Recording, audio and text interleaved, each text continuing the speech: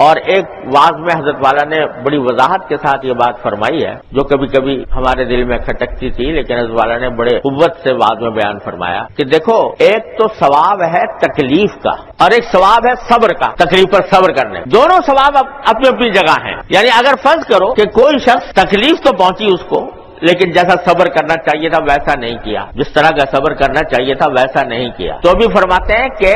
تکلیف کا ثواب اپنی جگہ مل جائے گا، کیونکہ تکلیف کے اوپر مستقل اجر ہے، وہ اپنی جگہ مل جائے گا۔ ہاں، بے صبری کا اگر کوئی عمل کیا ہے اس کا گناہ بھی ہوگا، لیکن وہ ثواب ضائع نہیں ہوتا، وہ اپنی جگہ ملے گا، اور بے صبری کا گناہ الگ ملے گا۔ اور اگر اس پر صبر بھی کر لیا، اس معنی میں جو میں نے کیا، صبر بھی کر لیا تو دوہرا اجر ہے، تکلیف کا اجر الگ اور اس پر صبر کرنے کا، یعنی اللہ تعالیٰ کے حکم کے آگے سر تسلیم خم کرنے کا، رضا بالقضاء کا اجر الگ ہے اللہ تبارک و تعالیٰ کی طرف سے۔ اس واسطے اگر دیکھا جائے تو کوئی بھی تکلیف ایسی نہیں ہے جو کسی مومن کے لیے مآل کا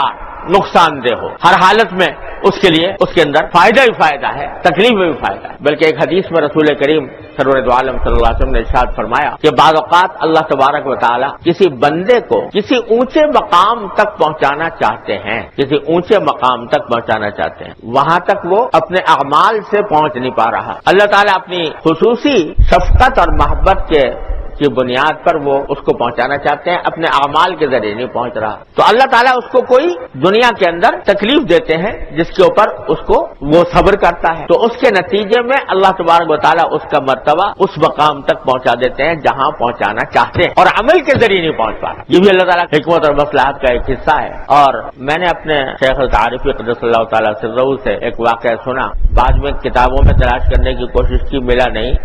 لیکن ظاہر حضرت نے کہیں نہ کہیں دیکھا ہی ہوگا۔ وہ فرماتے ہیں کہ جب نبی کریم سرور دو عالم صلی اللہ علیہ وسلم کی جو پہلی زوجہ مطہرہ تھیں حضرت خدیجہ الکبریٰ رضی اللہ تعالیٰ عنہ، جب ان کا وہ بیمار ہوئی مرض وفات، تو نبی کریم سرور دو عالم صلی اللہ علیہ وسلم ان کی عیادت کے لیے تشریف لے گئے، ان کی تیمارداری فرما رہے تھے، تو جب انہوں نے کسی تکلیف کا اظہار کیا تو نبی کریم سرور دو عالم صلی اللہ علیہ وسلم نے یہ فرمایا کہ خدیجہ تم اس بیماری سے بچو گی نہیں اور اسی میں تمہارا انتقال ہو جائے۔ یہ کئی روایت حضرت والا نے دیکھی تھی۔ حضرت فرماتے ہیں کہ اس پر یہ اشکال ہوا کہ حضرت خدیجہ الکبریٰ سے بیماری کی حالت میں یہ بات کہنا، تیمارداری کے آداب میں سے یہ ہے، عیادت کے آداب میں سے یہ ہے کہ جب کوئی شخص کسی کی بیمار کرسی کے لیے جائے تو اس کے سامنے کوئی تسلی کا کلمہ کہے،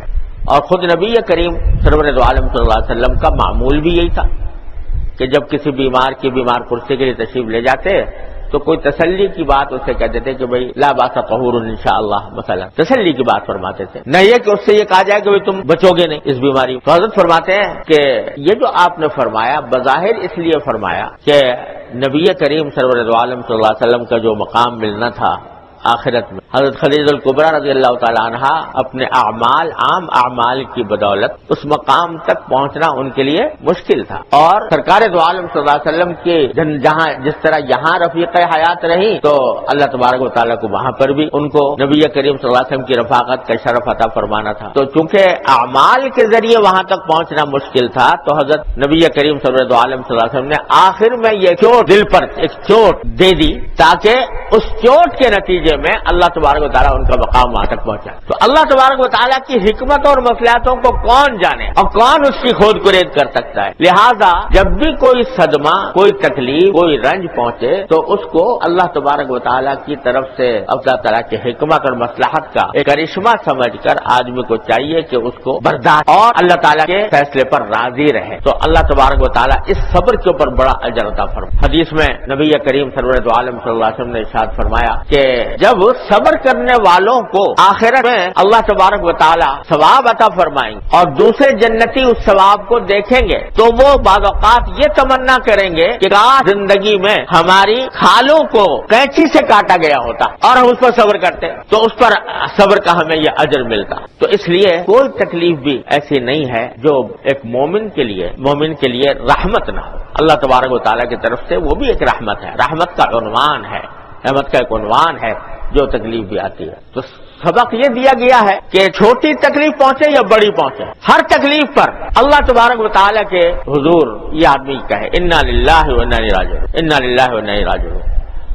لوگ سمجھتے ہیں کہ یہ کلمہ صرف مرنے کے وقت ہی کہنا چاہیے، کسی کے مرنے پر ہی کہا جاتا ہے، ایسا نہیں ہے، بلکہ جو کوئی چھوٹی سے چھوٹی تکلیف بھی پہنچے اس کے اوپر انا للہ و انا الیہ راجعون کہنا یہ سنت ہے نبی کریم سرور عالم صلی اللہ علیہ وسلم کی، اور یہ صبر کا ایک مظاہرہ ہے اور صبر کی ایک صورت ہے کہ بندہ یہ کہے کہ ہم اللہ کے ہیں، لہذا اس نے جو کچھ بھی فیصلہ کیا ہمارے حق میں برحق۔ حدیث میں آتا ہے کہ ایک مرتبہ نبی کریم صلی اللہ علیہ وسلم کے سامنے چراغ گل ہو گیا تو آپ نے فرمایا انا للہ و انا الیہ راجعون۔ تو حضرت عائشہ صدیقہ رضی اللہ تعالیٰ نے فرمایا کیا اس موقع پر بھی انا للہ و انا الیہ راجعون کہتے؟ تو آپ نے فرمایا کہ کیا تمہیں اس سے تکلیف نہیں پہنچی روشنی کے چلے جانے سے؟ کیونکہ تکلیف پہنچی لہذا یہ موقع ہے انا للہ و انا الیہ راجعون کہنے۔ تو اس واسطے جو کوئی بھی